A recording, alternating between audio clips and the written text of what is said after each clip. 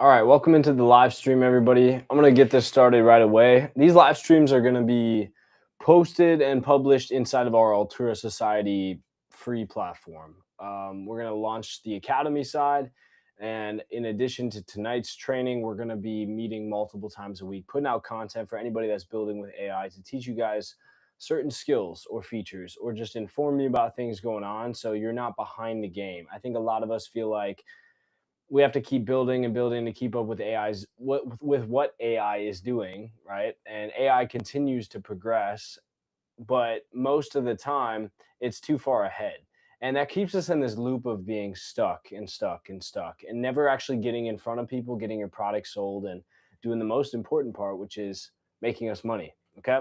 So what we're here to do tonight, and I'm gonna be kind of going back and forth, is teaching you guys in like an instructor style, TED Talk style, maybe with like a slide deck, as well as some notes. So I'm gonna kind of read this off semi-scripted, but also with the slides, so you guys can see everything that we got going on, and it should be a good time here. Let me share my screen. And without further ado, we should be good to go.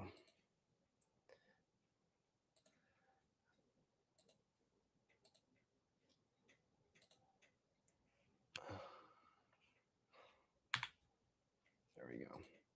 Make this full screen.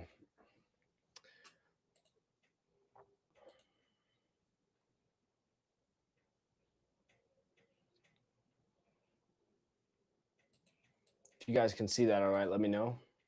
Otherwise, we will get started. Okay. Apologize too if I'm kind of back and forth. This is my first time doing this, so it should be good. But welcome back to Altura Society. Welcome back to our educational committee and team that is putting this on for you. I'm Caleb Schulke. I'm the founder of Altura, and I'm going to be personally hosting the first of many to come lessons. App Store submissions are up 84% in one quarter. I've dealt with it. We've all dealt with it if we're publishing something right now. Review times for people building with AI, pushing these apps out, went from about 2 days to over a month. And Apple has started to actually reject, for the first time, apps that are built with AI. I shipped one anyway. And here's exactly what I did differently.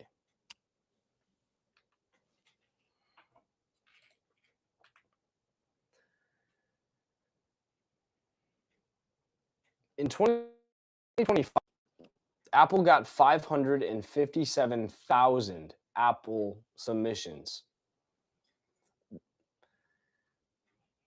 I'm going to try that again. So here's what's actually happening. In 2025, Apple got 557,000 app submissions. That's the most they've had since 2016. And in the last quarter alone, submissions jumped 84%. That's not random, guys. That's Lovable, that's Cursor, that's Claude Code.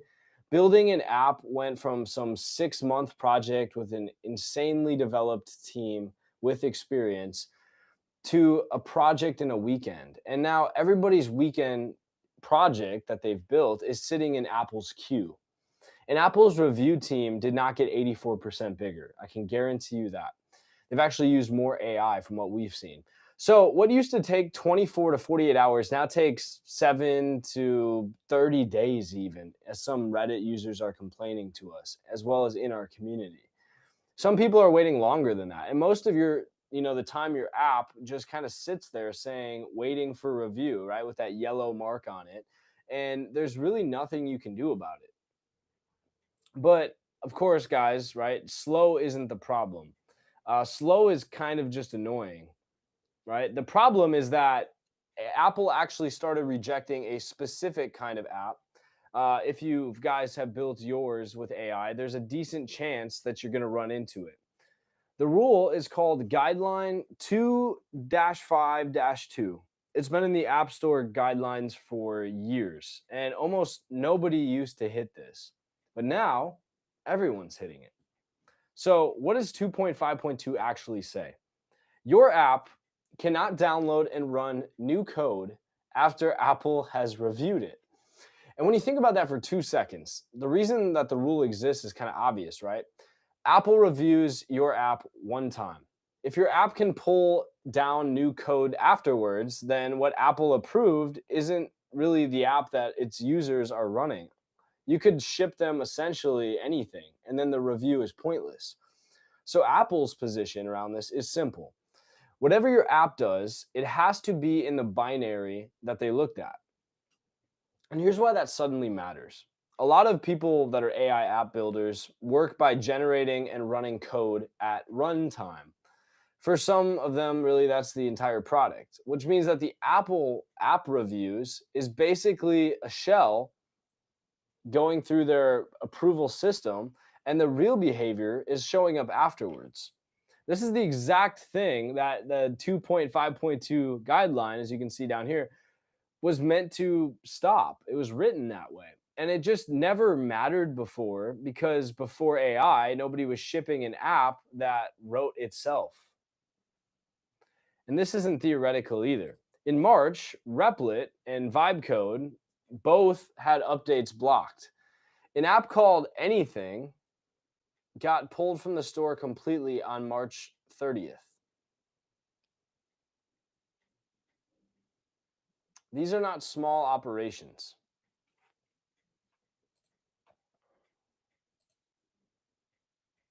Sorry, I want to move in the wrong way. There we go.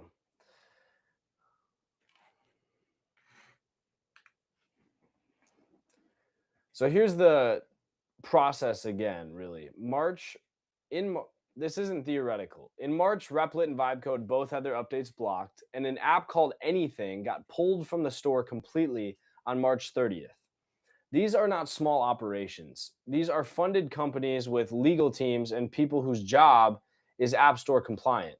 So if it can happen to them, it can happen to anybody, whether you're building something today or this weekend.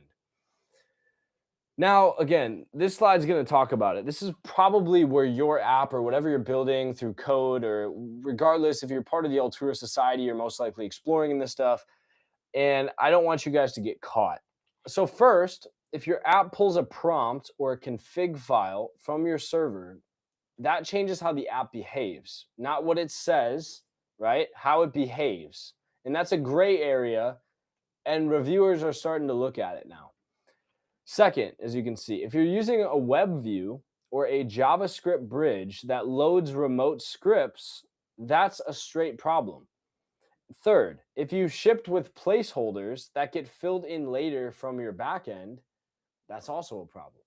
And four, this one's different, but it catches more AI built apps than really any of the above. If your app is basically a wrapper around a website, that's guideline 4.2, minimum functionality. Apple wants to know why this is an app instead of just a bookmark. And right, this happens a lot with projects like Lovable's building because it makes a website instantly and it looks good enough to be an app, but it doesn't have the true mechanisms that would make it that. So most people building with AI right now have no idea any of this exists until the rejection shows up. So now I want to take this. I didn't fill in the template, but I want to show you guys what we have actually shipped, right? I'm going to go out of here. We're going to go into App Store Connect and log in, right? So this is the process.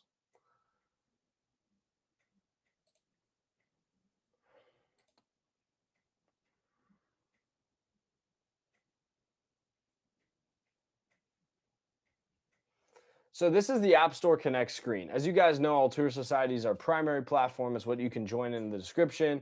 Nova is our planner app. I'll show you the website real quick. But Nova is essentially the Motion calendar, if you guys are familiar with Motion, but way, way, way cheaper. And it connects directly to your AI project through an MCP server. So Claude or ChatGPT can actually run your calendar. And this has an auto scheduling feature that runs your whole life for you, just as complex but as clean as a platform like Motion. So let's take Nova, for example, right?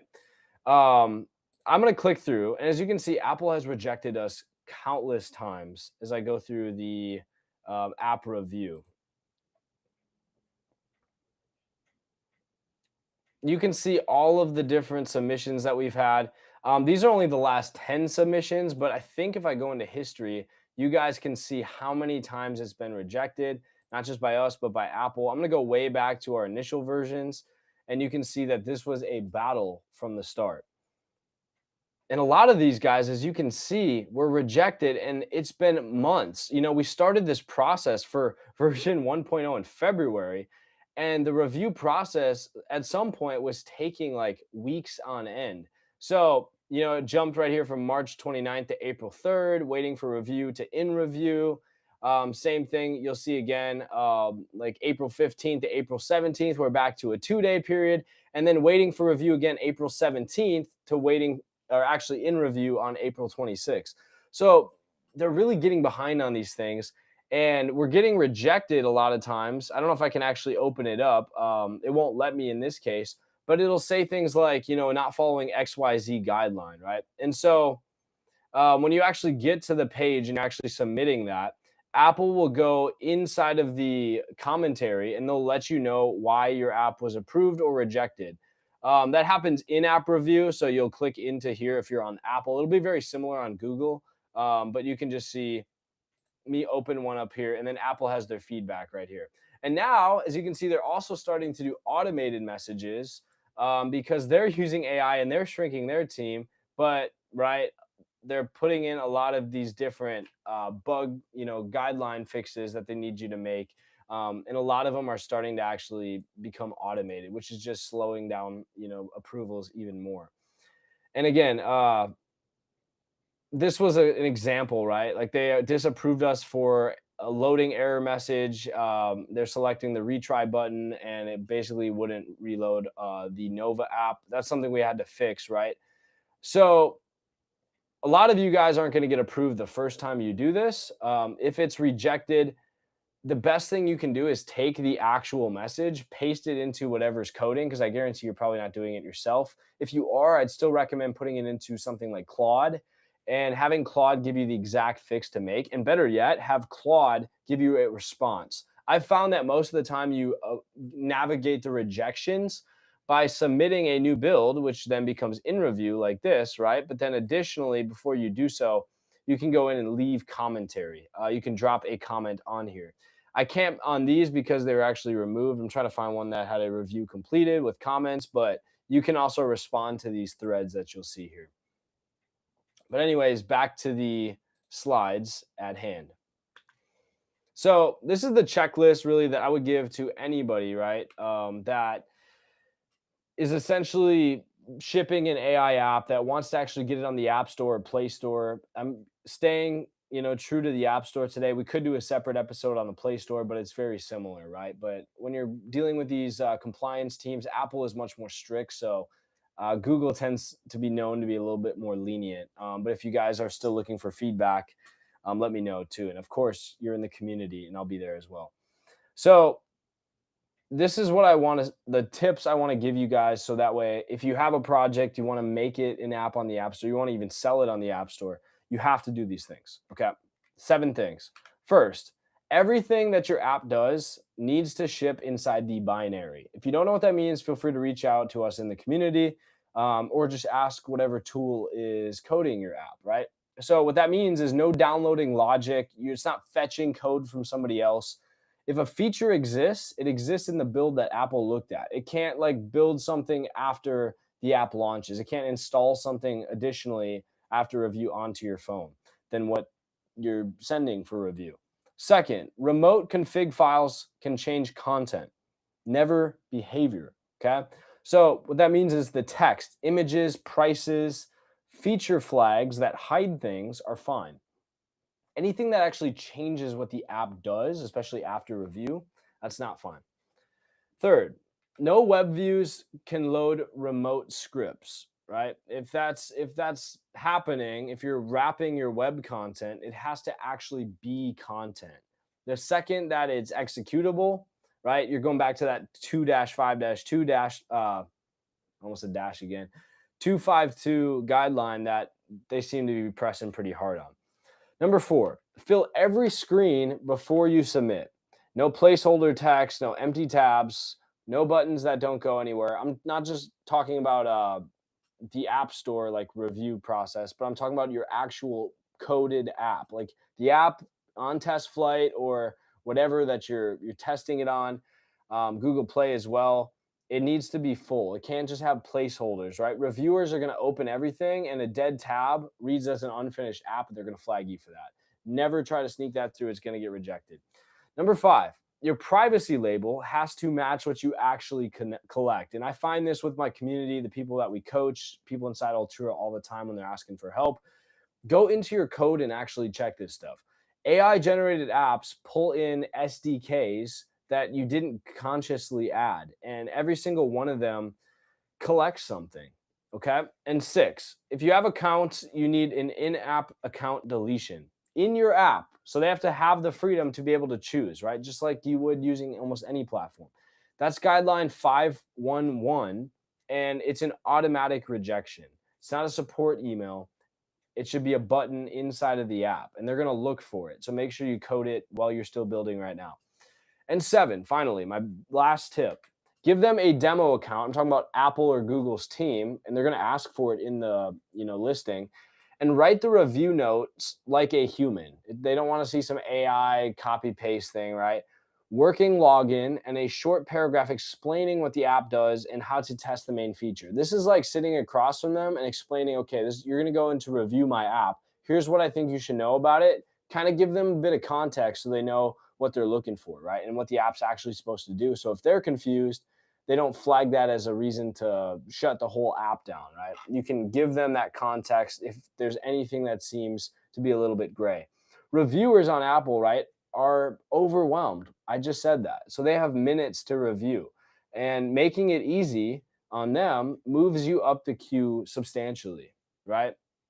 Another tip I'll give is you can actually go into the settings on App Store Connect, and you can go fill out to like their help and support section. Then you can request a expedited review. You can only do this a few times before they start to like flag you and actually slow you down for it. But if you do have a massive update that has urgency, or this is your first time launching the app, you can definitely ask them to expedite the review, and I would encourage you to use that. But it has to be for a good reason, right? So that's it, right, guys? If you're building with AI and you're planning to actually ship to the App Store, those 7 things are the difference between 2 days of work and 2 months. Because trust me, I've been through months, as I've shown you. I'm putting the full checklist in the newsletter. The link's going to be in the description. Obviously, anytime you guys need help with something, that's what the Altura Society is for. We're building stuff with AI. We're changing the world. We're making a ton of money in our business, and we're working together to do it. I do trainings like this every week. I take the new tools, I build something real with them, and then I tell you what actually broke. Not the launch page version, right? Like what it actually costs and what actually ships. I showed you guys Nova tonight. We might go a little deeper into that as like a demo product, so you guys can see what it actually looks like in the queue and some more topics like that. If you guys are in the chat on Altura or want to hit me up and request topics, feel free to do that as well. That's it, guys. I'll see you in the next one, and I'm happy that you joined us for this training. Take care.